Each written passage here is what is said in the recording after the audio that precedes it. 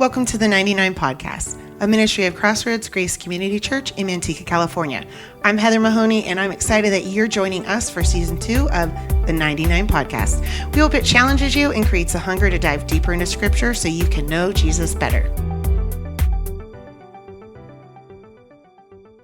Welcome back to the 99 PB. How has your week been? Whew, it has been a busy one. I'll just be honest with you. It's kind of getting that time of year, you know, like when you're ramping up or ramping down for school with the kids and trying to get all the things. They're doing the state testing stuff. They're doing all that stuff, which is interesting because the state testing doesn't like go against your grade, but yet it's still hyped up really big by the school. So yeah, they're doing all that stuff. And, baseball's in full swing, and Aniston got her national bid for volleyball. So we're trying to get ready for Dallas, so like all that stuff. So there's Easton had a birthday. My son had a birthday. He turned 13. Oh my goodness. Which is wild to think that he was 3 when we moved here. So that's just kind of crazy to think. So that is crazy. Yeah, so really, I mean, all good stuff, but I think you can appreciate like even good stuff can be overwhelming at times. But and your kids are just thriving too. So anything new about Lots Coop going on.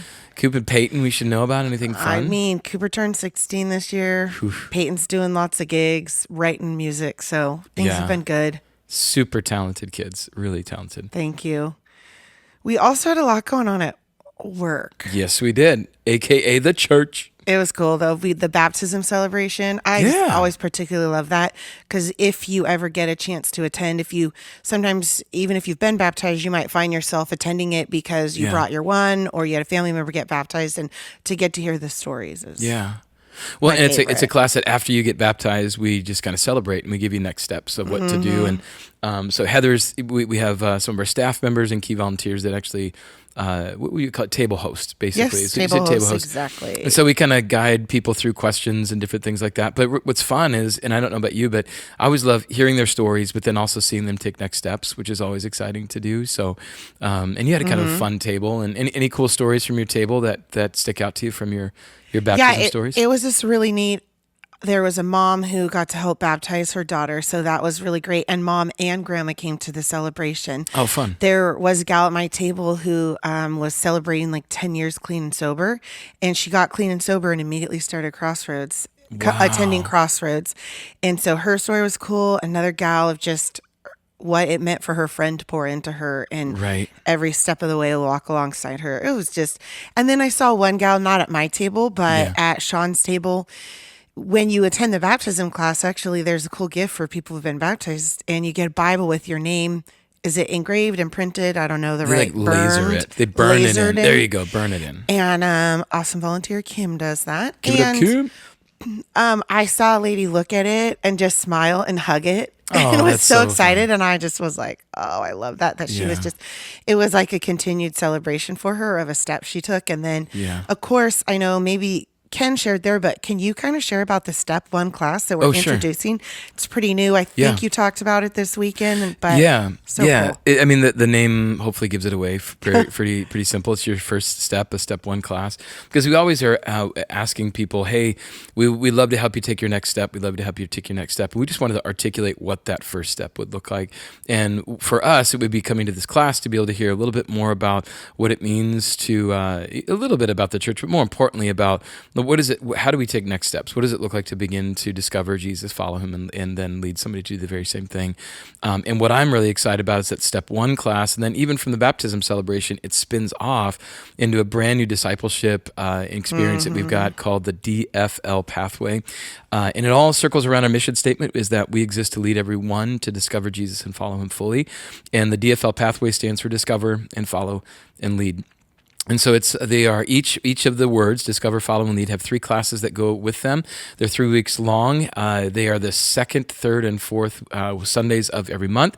And so for the first cycle, you go through discover, then through follow, then through lead.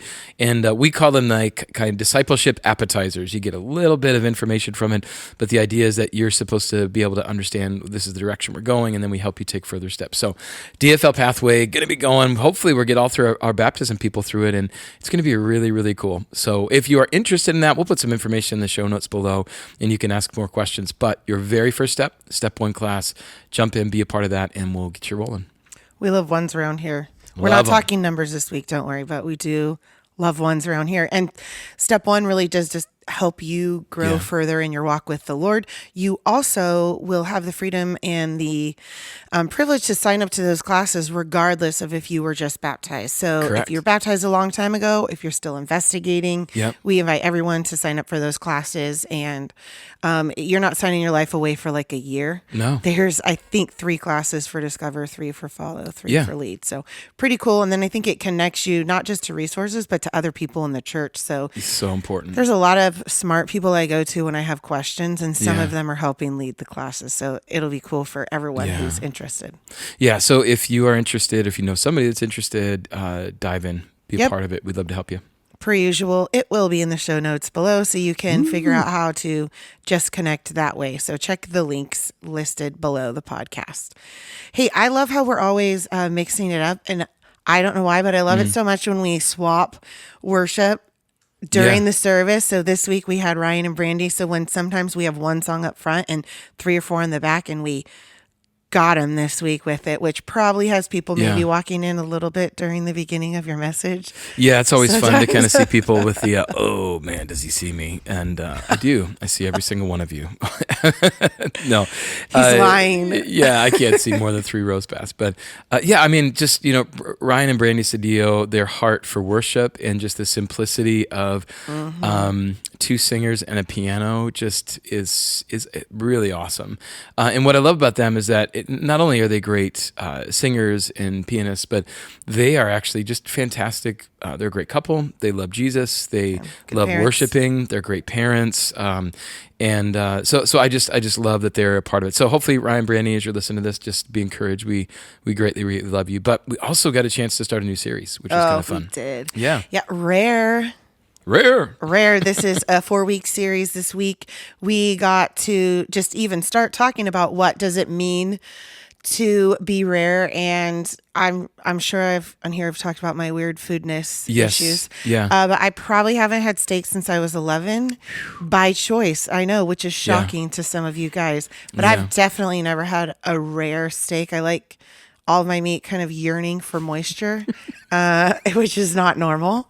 And so, I just got to stop. I don't know if I've ever in my life thought I would have a sentence that had yearning for moisture in it. That's great. it's also, it seems silly, but it couldn't be more accurate. So if you don't believe me, just ask my husband, who has to murder the meat just over and over again for me to be able to eat it off the barbecue. I've often heard him apologizing at the grill, like, I'm Yes. so sorry. Yeah. This is It's not normal. It's not me. It's not you. It's me. So- How do you take your steak, Brian? Oh, I am a medium rare guy. I'm Okay. closer to the rare. Yes. I have a friend, though. His name is John Diaz. He lives in New Orleans. And when we were working in the fitness industry, we would go to different dinners and stuff together. And he would stop the waitress before and he would order a steak or something. And he would say, listen, I know this sounds crazy, but all I want you to do is just basically touch it on the grill and put the little marks on. I want it as rare as possible. I want it to be mooing when it comes in.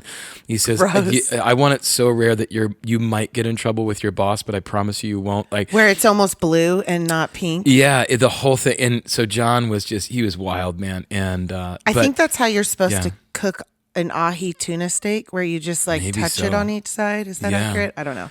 it sounds great. Yeah. Wow. So, but anyway, yeah. So rare is steak. That I love it, medium rare. And then do you think it's forbidden to dip your steak into anything? Okay, so How do you feel about this? I've got a real so this is and my wife Cherie kind of similar stuff. So like, if you're making a meal for someone, the end goal is for them to enjoy said meal. I would Yes, think. Right? agreed. Yeah. So I would say, however said person wants to enjoy their meal should be their prerogative, right? So like, and Cherie hates this, and I think Sean, your husband, we often talk about our love for sriracha, that we literally put it yeah, on everything, it and I runs love a deep. little bit of spice in everything, So if I have a good chicken tetrazzini, that yes, it tastes good by itself, with a little sauce on it's even better. Drives Cherie nuts. I'm sure it drives the cook nuts when you dip it, or the chef nuts when you dip the steak in there. But yeah, I'm all for it. Yeah. So Nice. I like my heat from red pepper flakes. have Or you ever got one cayenne of those in pepper. your eye before? Not intentionally, but I have cut jalapenos been not smart, didn't wash my hands well enough, touched my eye. Okay. And then you just kind of cry like a baby. You just realize I'm going to be crying for 10 minutes because I can't stop it. So Now, my memory, and I promise we're going to get to the Bible, you guys. You're like, seriously? So you're like, it's like 9 minutes in.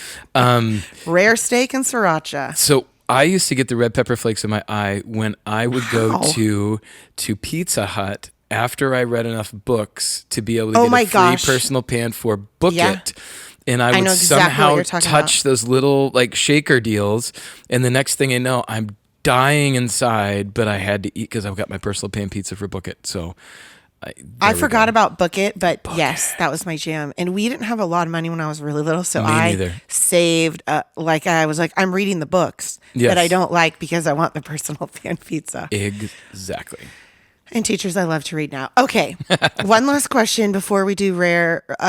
Jump into what rare means. Do you have any rare baseball cards yourself? Being a baseball player.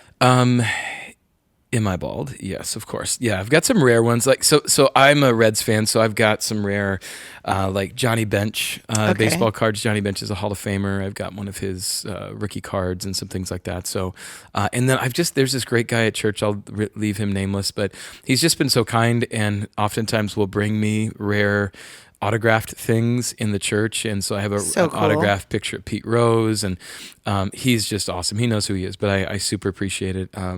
But yeah, there's a few rare things. I mean, do you collect rare things in your world? I don't, but I was actually talking to Sarah Turk. She's one of the admins on staff. She's in the high school young adults and care and missions departments. Shout out to Sarah Turk. She collects rare books.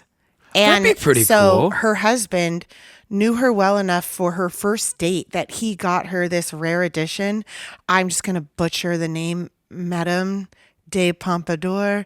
Anyways, it's a special edition. If Way to go, Trav. She's probably laughing, but she said it was just such a thoughtful gift, which showed how well he knew her by the time they even went on a first date. And something about the binding is particularly special, but I don't really know enough about books. But I just thought it's even rare to be that intentional in a dating world. So that was just like so cool. And it was even just making me think of what you said when you talked about what it means to be rare. And then we were diving in to rare marriages. So that's so cool too. Yeah.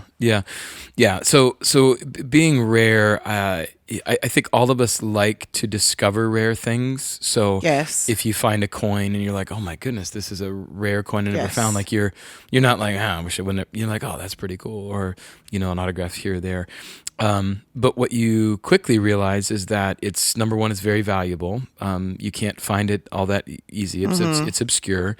But at the same time, in some cases, like if you look at a rare athlete or a rare artist or a rare, like they put a lot of work in order to be able to have that be their job or whatever they do. So you almost appreciate the effort that goes into being that rare at the same time. And I think that's sometimes when we look at marriages and stuff, sometimes people look at it and say, I would love to have a marriage like that, but that's a lot of work in order to get to that place, And I want to be rare, but sometimes it's easier just to kind of fade into the side and be common, because then I don't have to put an extra effort. You know what I mean? Yep. So absolutely. Just something interesting to think about.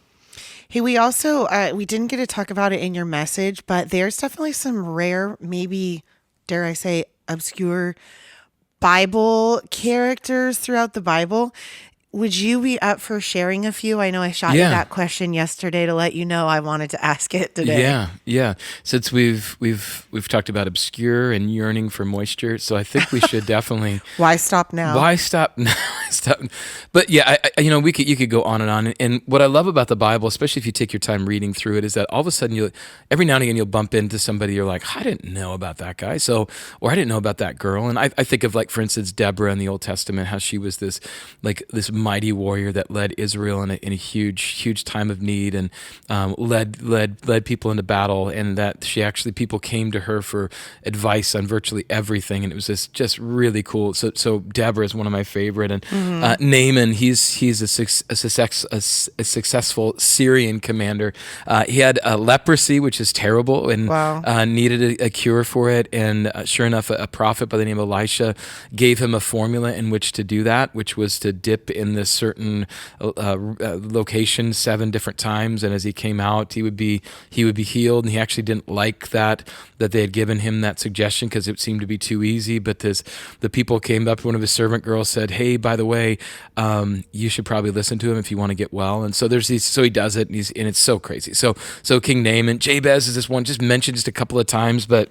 And actually, 1 Chronicles 4:10, his name is Jabez, and it says, "Oh, that you would bless me and enlarge my border, and that your hand might be with me, and that you would keep me from harm, so that I might not bring me pain." And God granted what he requested. And what's crazy about that one little small prayer? I mean, the prayer of Jabez is a book that you might have read a long time ago at this point, right? And people would pray it, and God honors that. It's a simple prayer prayed in faith that serves as a powerful example of what it looks like to have answered prayer. Of course, you have the obscurity of the thieves on the cross. You have the one that was denying, making fun of Jesus while he was on the cross. The other that was embracing him. One that Jesus turns to and says, "Today you will be with me in paradise." And so just the obscurity of those two. Fun stories like Ehud in the Bible, who is a left-handed judge. Shout out to all the lefties out there. Ew. Found in Judges chapter 3. Interesting thing where Ehud was responsible for wiping out some people, and in fact would I think stabbed somebody to the point where their guts Oh yeah, the poured king. out of them. Yeah, it was credit. So geez. lots of different obscure ones in there. In fact, we could maybe put some show notes in there for some obscure passages for people to look at. But every time you bump into those rare people in the Bible, what you notice is that they're doing extraordinary things.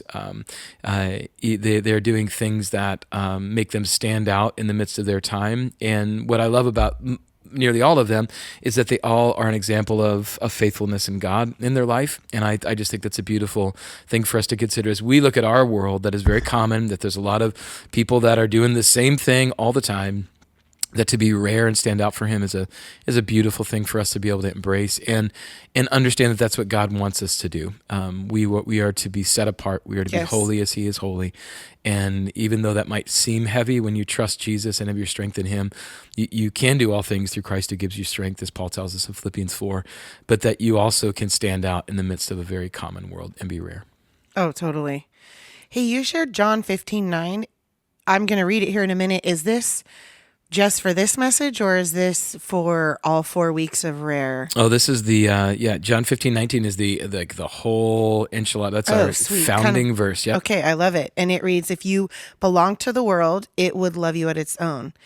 As it is, you do not belong to the world, but I have chosen you out of the world," So which I good. love. Yeah. God calls us to be rare in a common world. And when it comes to a rare marriage, you shared in Genesis 2, where it reads, "But for Adam, no suitable helper was found, so the Lord God caused the man to fall into a deep sleep. And while he was sleeping, he took one of the man's ribs and then closed up the place with flesh. Then the Lord made a woman from the rib that he had taken out of a man, and he brought her to the man. And the man said, 'Now this is bone of my bones and flesh of my flesh. She shall be called woman, for she was taken out of man.'" And then you said one of the reasons that marriages are hard is that there are so many common marriages in our world, and everyone is expecting perfection when suitable is what God has designed. Can you say a little bit more about this? Yeah, it hit me really, I don't know, I bounced this off a bunch of my other pastor friends, and man, that's an interesting angle because I don't think you really think about that too much. But when you think about suitable and perfection, there is this myth, and you probably have heard this before, maybe even high schoolers or young adults or middle schoolers might even ask you this, is there only one person in the world for me? Yes. Have you gotten this before in all the years, which, by the way, quick shout out, 25 years of ministry here at Crossroads for Miss Heather. Thank you. You are great. Not only are you the voice of the 99, but you speak into so many people's lives. So you're awesome. So Thank you. Wherever you're at, give her a good golf clap. But so this idea, is there only one person for everybody in the world? And it's this idea that there's only one person out there. Now, I've always said this. Here's the reality of it.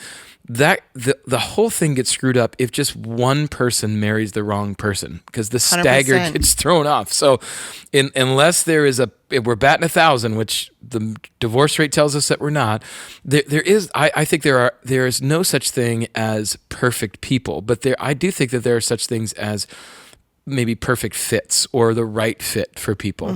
Because God has made suitable fits that are the right fit for each of us. That's what suitable kind of means. It means this Okay. right fit.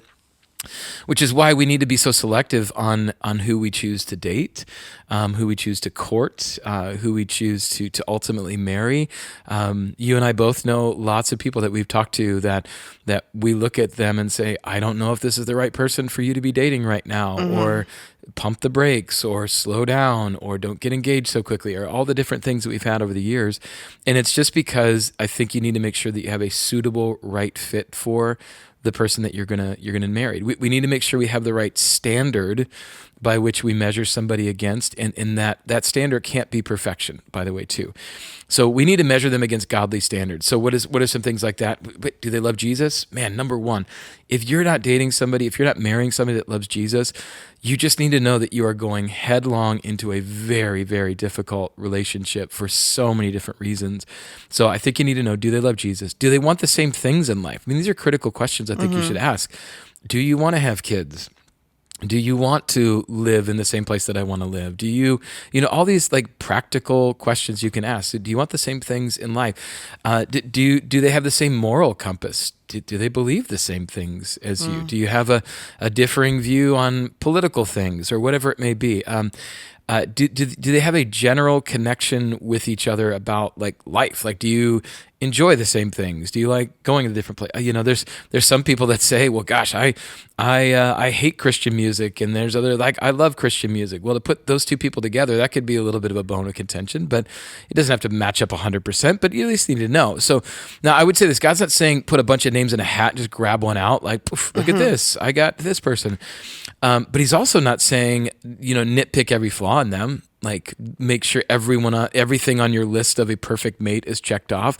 You probably remember, maybe mentally or some people physically have that list of like, this is the perfect person for me. And if one out of the 500 don't get checked off, they're out. And I just think that that's difficult, because don't make perfect your standard. I think if we make suitable, the right fit, the person you can battle through life with the best, that's the idea of Azor, is just so important. Make that the highest priority. And I think there'll be a lot better, stronger marriages if we had maybe suitable as our goal, right fit as our goal, and not perfect. So, I mean, what do you think about that? Yes, I think also if we are single, then we also need to be concerned with being a suitable person for someone else, being someone who loves Jesus, That's a being great someone. point. So you're both mutually invested in that. Sure. One of you can't love God enough for the both of you. One Yeah. of you can't be kind enough for the both of you. All the traits that you want in somebody, you need to be them, but you also need to seek them in others. And Yeah. you should have some things that are deal breakers, Yeah. but you also, I am a particular person. And so it's like, I've got to at times like rein it in and say, okay, Yeah. what is doable here versus like the perfection thing. You can do Yeah. this in anything, but when it comes to a mate, God does use the word suitable. And Yeah. I have students that ask me, hey, do you believe in soulmates? And I kind of say I do and I don't, because once you've picked your person and married them, there it is. There's your soulmate. There's your soulmate, You yeah. made that covenant agreement with them and with the Lord. And marriage is biblical. And so that's Yeah. honoring it. And I think you do need to be picky, though. Yeah. You can't be so picky you never have someone if you're yearning and wanting that kind of a relationship, which I think Paul in the Bible says life's easier without one. So Yeah. you can take that and think on it Yeah. too. But you also don't want to be so easygoing that maybe now you're being taken advantage of. Maybe you're Sure. being used or abused. So Sure. having some standards It's makes it super difficult, important. but it's very important. And Yeah. I'm thinking right now of one gal that came back to me one time, and I would say early on in ministry, I lacked grace. I didn't know how to show it to myself. I certainly didn't know how to show it to other people. It was something I Yeah. really had to learn. Some of it was painful, and some of it, God was good. You know what I mean? And Yeah. helped me learn how to, I think, speak better and be more considerate in my verbiage. But I remember distinctly a gal named Shayna coming back to me and saying, you know what? You never stopped asking me the hard questions when I was dating a guy I shouldn't have been dating. And I just want to say thank you. And she married a wonderful man. They have a beautiful family. I love that. But you don't usually get thanked for asking someone the hard questions, but you got to ask your friends if you care about them before they're married. Because once they're married, they're married. And now, Yeah. then you move into a supportive role of caring for them versus. Yeah, everything us. changes. Yeah. Yeah, that's such a good point. That's great wisdom. You should replay that back and listen to what Heather just said. Really good. Thank you. Okay, Genesis 2:24, you shared that is why a man leaves his father and mother and is united with his wife. They become one flesh. And God says that marriage is about one man leaving his family and one woman leaving her family and starting a new family as a husband and wife. Yeah. This really seems like we've probably seen it play out, but it can be pretty detrimental to marriages when people don't do the leave and cleave, right? They don't leave their family and start on their own. They let like the parents interject. That seems like it could be really rough. Oh, yeah. I kind of, I think a huge issue in marriage, I call it the failure to detach, meaning like you just can't let go of mom and dad and they get drug into your relationship. And there's times in like premarital counseling where we have a chance to talk through that. And some people are able to see it for what it is, but there's oftentimes these rose-colored glasses about mom and dad, or just how easy it might be once you're out of that, when you're together. Now, I want to be real clear. This doesn't mean that like having extended family as a part of your life is a bad thing. I mean, not at all. You got a beautiful, wonderful, huge extended family. You guys do. But I do think that some and there's even some families that live in the same house together in some cultures. So that's not a bad thing at all. But I think for a truly healthy marriage to be able to develop, there needs to be a detachment. There needs to be a separation from mom and dad. That's called leaving. And then a new bond that is formed with a husband and wife. That's called cleaving. Now, that's not me. That's the Bible saying that. That's what God has designed it to be. And of course, if you think about the scripture, which again kind of just jumped out at me, when God told Adam and Eve that you will leave your father and mother and be united to one another as your wife, they didn't have that. So this was because this is future generations. It's for their kids. But there is this desired need to be able to leave and to cleave. And so what are some practical things that you need to do that? So that means that you make decisions about what you do on holidays and not your parents. Like just because you always went to grandma's house and did this thing, like I just try to tell all my couples, you need to create new memories and new traditions. And that's okay, especially when you start having kids, that you just don't get sucked into the vortex of what you've always done, because there's some beauty in newness. So you make decisions. What about how you parent your kids? It's not your parents who parent your kids. You need to make decisions about them. You might bounce it off of them, but a good parent should say, but I trust you to make the decision for yourself. Financial decisions. You got to make financial decisions for yourself. It's not up to your parents. You could ask them, but they don't make the decisions. And I would sometimes, I often find, and I'm not sure if you see this dynamic too, but a lot of times what I see is it's the wife usually that will oftentimes default to asking mom or asking dad some advice, sometimes even about their relationship or about things, and they fail to see how that could potentially hurt their husband in that moment, because it kind of almost devalues his role in the relationship, and if you're always defaulting to mom and dad before you come to your husband. And so from a husband standpoint, it's hard to see when other people's opinions are viewed as more important than yours, especially if they've never been asked before. So I think just kind of thinking through that a little bit, you need to kind of navigate. Now that could happen from the other side too, where the son is a mama's boy and does all that. If Sean had gone to outside sources and not come to me and valued those more, that would be very hard for me. So it goes both ways, but again, it comes back to a failure to detach. But God wants us to detach. He wants us to leave. He wants us to cleave, and He wants us to be able to see that as a beautiful thing that He designed for us all to have. And again, that is rare. That is another example of a rare marriage. It is rare. And then you also partner that with what you shared, that we have the reality that we are broken ourselves. So this totally has to affect marriages, because God gives us the example of what to do, but then we're messed up. We are big time messed up. Yeah. Yeah, it's on the simplest view of this, God's saying, take two broken people, put them together, say you're going to live for a lifetime together, and you're supposed to be happy ever after. Like, that's insane, because that doesn't make any sense. Two broken things don't make a whole thing. And so we have to understand, with that brokenness and with all that stuff and all of our family history and all this stuff, we need Jesus more than ever, because it's the only way it's going to make it work. The only way. Absolutely. Something that always sticks out to me is the importance of planning for a marriage versus planning for a wedding. And I heard the stats somewhere, and I can't even link it because I don't know where I heard it. Yeah. Which maybe makes it not true, but it almost correlated with the more you spent on a wedding, the more likely you were to get divorced. Interesting. But I took that as not like wealthy people get divorced, but the more money you put into the day versus the more money you put into the marriage. It's true. So I was like, that made sense to me in terms of, you're celebrating the marriage you're about to have, not just the act of the wedding itself. Yeah. Yeah. Well, it's the divorce rate in the United States. I checked it before the message, was still between 40 and 50%. You can also see that marriages, people getting married are dropping over and over. I mean, more people are saying, I will just shack up instead of actually getting married. So that's why I think when people do decide, I am going to get married, that it's so important for you to consider the marriage more important as the wedding. Because just by pure dollars and cents, Heather, I think we both can appreciate that. Like, let's say the premarital counseling that we offer here at the church, let's just say that for 6 sessions, I don't even know exactly what it is. We'll just say it's $500. Let's just say it is. I don't know if it is. It could be less, it could be more, but it's in the ballpark, Yes. right?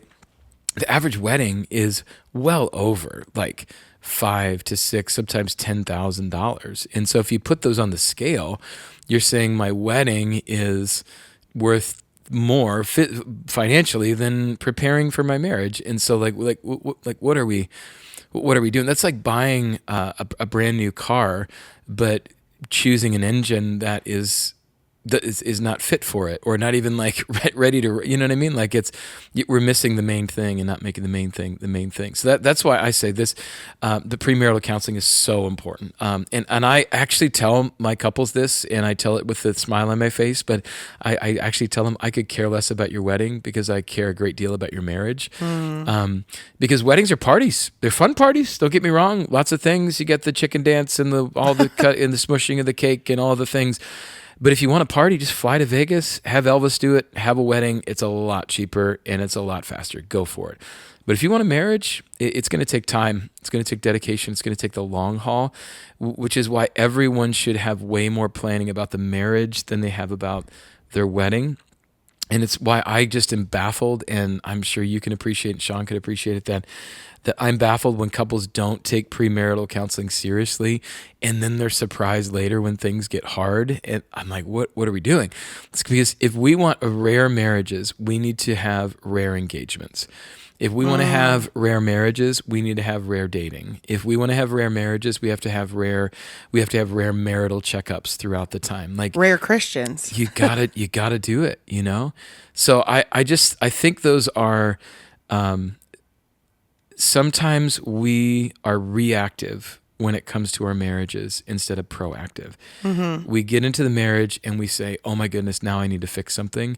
Instead of saying, what if I actually got the engine running really well before we got married, so we hit the ground running and we're doing well. And that way we're just doing oil changes along the way instead of a total transmission change in the midst of it. So curious what you think on that. My brain got stuck on what you said about how much an average wedding costs, and so I just Googled it. What is it? It's last year it was $33,000, the average wedding in the United States of America. Wow. And the highest place, most expensive place, for whatever reason, New Jersey, the average wedding is $57,000. Yeah. That's like 2 brand new Honda Civics. That's a wonderful down payment on a beautiful home. That's half a home in certain states, whole homes in other countries. But I just bring that up because I got stuck on that thinking, man, if I wouldn't invest $500, but I would invest $33,000. Now, I'm not saying every wedding costs that, but it's just weighing out what matters. And it's absolutely worth it to make sure you're on the same page before you get married and not hope that a really cool ceremony changes what's not working Yeah. or what's really hard for you. Well, and the other thing, even if you break that down even a little bit more, I see sometimes in the couples that I've married over all the years and I actually wrote a blog series about this back when I used to blog, but it was I looked at all the vows that people say to one another, and what always floored me is that when you got to the vows, when you were saying, I promise you these different things, it's almost like they zoned out. It's like they lost sight of what the most important, the promise. It was like they were caught up in the euphoria of all the people there and the bubbles and the dresses and are you holding your flowers the right way, and forget about what they're promising to their spouse. So it comes down to even that. So super important. And at Crossroads we have lots of different things that we have to be able to help people. And whether you're before your marriage, you're engaged in your marriage. So we have premarital counseling that we do. Reengage is our ministry that is for marriages. It's the idea of reengaging in your marriage. You don't have to be in trouble to be able to come to that. You can have a great marriage and still get lots of great things. So Pastor Jimmy and Tori and all the great people there are part of that. We're grateful for that. And then what I'm excited about, they got the One Center that's coming down the pike, which I'm excited eventually once we open that up, and as part of our Unstoppable initiative to open to create a counseling center. And so the One Center will be a part of that. And we have a real desire to start to help people before they get married, Yes. right after they get married. Yes. This kind of full circle, look at your marriage so that you're as strong as you possibly can. So lots of good resources. And again, in the show notes, this will be chock full this week. You can check them out. Yep. And a fun fact is usually if you go to crossroadsgrace.org / and then you put in the word of what you're searching for, you can almost always find it. So crossroadsgrace.org /counseling gets you to the counseling page. Crossroadsgrace.org /marriage gets you to the marriage page. There we go. That's kind of an easy connect for you there. Yeah. So those resources are available to you. They're available to others. Yeah. We also, I don't know if people remember, but on Easter, I know $5,000 of Easter even went to Next Gen Counseling. And sometimes you have young adults who are looking for counseling, who are in serious relationships. And it's never too early when you're going through stuff to have somebody walk alongside you who loves Jesus and help you do that. Yeah. Okay, since we're talking marriage, we have just a few things left to say, but I want to know, what are some of the words that you try to share at every wedding you officiate? Yeah, well, I say a version of this, and so I actually pulled up a wedding I had done, I think it was last year or something, and towards the end of it, I always try to say something along this line.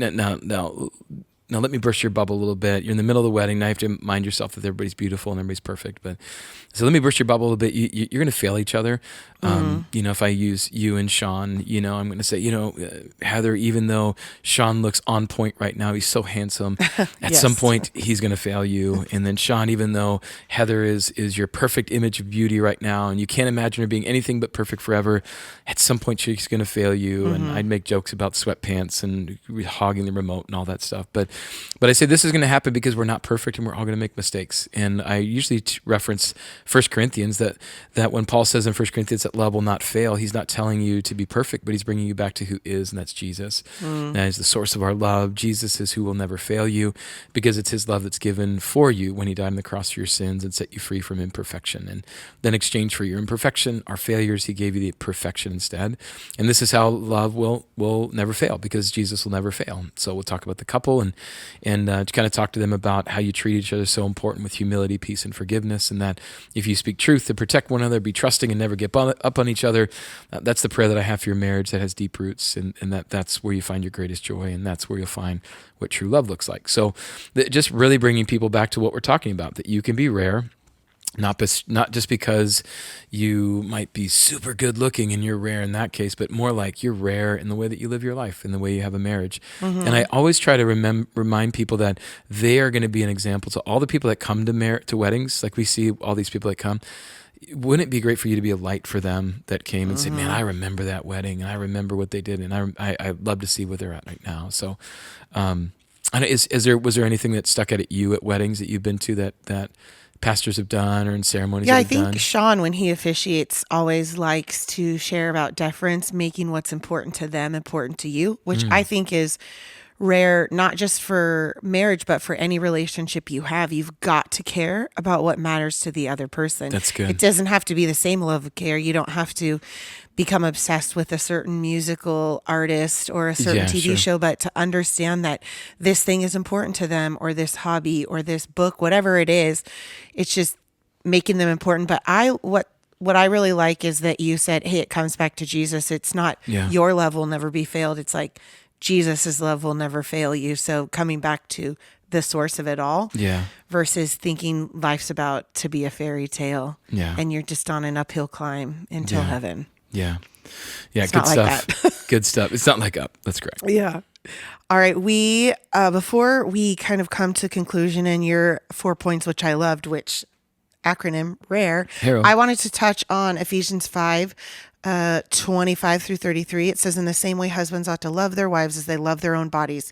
He who loves his wife loves himself. After all, no one ever hated their own body, but they feed and care for their body just as Christ does the church. For we are members of one body. For this reason, you mentioned earlier, a man will leave his father and mother and be united with his wife, and the two will become one flesh. This is a profound mystery, and I am talking about Christ in the church. However, each one of you must also love his wife as he loves himself, and the wife must respect her husband. So a lot of people struggle with communication because it goes against really our selfish tendencies in today's culture. Yeah. We maybe equate nobility with sacrifice, but we don't usually equate any of that with submission. Sure. You were sharing that we admire those who lay down their life for a cause, but we resist the idea of submitting to others out of love. And Jesus really modeled both sacrifice and submission, which redefined what it meant to have power. His life showed us that real power is not about controlling, it's not about dominating, but it's about laying down one life for others. Yeah. Well, submission is the word that usually gets people the most tense when you start to talk through that. Agreed. And it's because I think our world has contorted that word into something that is ugly instead of something that's beautiful. And a lot of times it's because of the abuse of that word that's done by in a lot of cases, husbands towards their wives, where we use that word as like a hammer over the head instead of a gentle hand extended to be able to hold the hand of your spouse. So again, Jesus, you hit it on the head. Jesus is absolutely the example of both sacrifice and submission.